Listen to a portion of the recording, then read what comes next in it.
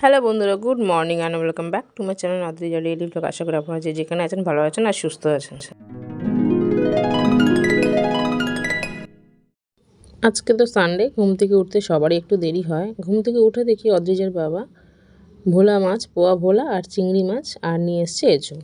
তো ভোলা মাছটা ভাজতে বসিয়ে আমি এঁচোড়টা কাটতে বসে গেলাম। তার কারণ এঁচোড় কাটতে তো একটু সময় লাগে।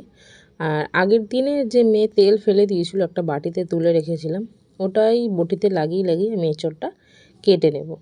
তার কারণ বটিতে এঁচোড়ের ওই আঠাগুলো লেগে থাকলে না একদম কাটা যায় না, তেল দিলে কিন্তু খুব ভালোভাবে কাটা হয়ে যায়। আমার ঘরে এঁচোড়টা খেতে আমি ভীষণ ভালোবাসি।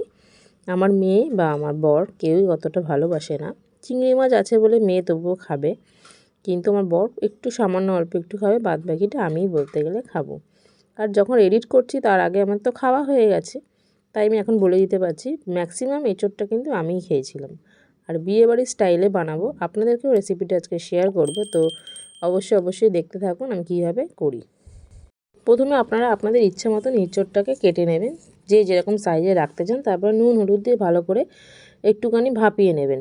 এরপরে একটা কড়া বসিয়ে কড়াতে সামান্য পরিমাণে একটু তেল দিয়ে এঁচোড়টাকে ভেজে নেবেন।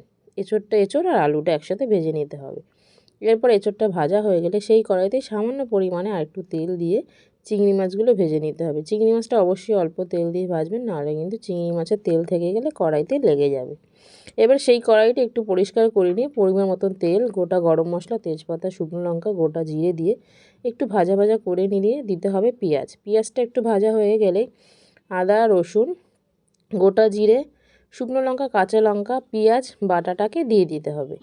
এরপরে পেঁয়াজ, আদা, রসুনের গন্ধটা চলে গেলে দিয়ে দিতে হবে সামান্য পরিমাণে নুন। তার কারণ নুনটা দিয়ে দিলে নরম হয়ে যাবে। এরপরে টমেটো দিয়ে আবারও নাড়িয়ে চাড়িয়ে কাজু পোস্ত বাটাটা দিয়ে দিতে হবে। কাজু পোস্তটা কষা হয়ে গেলে একটা বাটিতে হলুদ, জিরের গুঁড়ো আর কাশ্মীরি লঙ্কার গুঁড়ো দিয়ে সেই জলটা দিয়ে ভালো করে কষিয়ে নিতে হবে। এরপরে ফ্যাটানো দই দিয়ে আবারও কিছুক্ষণ কষিয়ে নেওয়ার পরে দিয়ে দিতে হবে চিনি স্বাদ মতন, কেননা চিনিটা না দিলে টমেটো আর টক দই দেওয়া হয়েছে, টকটা বেশি লাগবে, তাই পরিমাণ মতন চিনি দিয়ে দিতে হবে। এবং চিংড়ি মাছটা দিয়ে ভালো করে আবার একটু নেড়ে চেড়ে নিয়ে এঁচোড় আর ভাজা আলুটা দিয়ে দেবো। এরপরে কষিয়ে নিতে হবে। এরপরে সমস্ত মশলাগুলোর বাটিগুলোকে ধুয়ে একটু জল দিয়ে ঢাকা দিয়ে বেশ খানিকক্ষণ কিন্তু কষিয়ে নিতে হবে। আপনারা চাইলে গরম জল দিতে পারেন, কিন্তু আমি যেহেতু গরম জল করিনি, ঠান্ডা জলই দিয়েছি। সমস্তটা সিদ্ধ হয়ে গেলে পরিমাণ মতন ঘি এবং গরম মশলা দিয়ে গ্যাসটা একদম সিমে করে দিয়ে কিছুক্ষণ পরে রেডি বিয়েবাড়ির স্টাইলে এঁচোড় চিংড়ি। রান্না বান্না সেরে রান্নাঘরে সমস্ত কাজকর্ম করে মেয়েদের স্নান করিয়ে নিজেও স্নান করে মেয়েদেরকে খেতে দিয়ে দেব। তার কারণ অনেকটাই বেলা হয়ে গেছে। এরপর দেখা হবে আপনাদের সঙ্গে আবার সন্ধ্যাবেলায় একটু স্ন্যাক্স নিয়ে।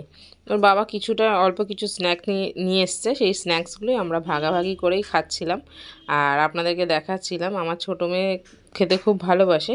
তো চলুন আমরা খাই আর আপনারা ভিডিওটা দেখুন। Bye bye.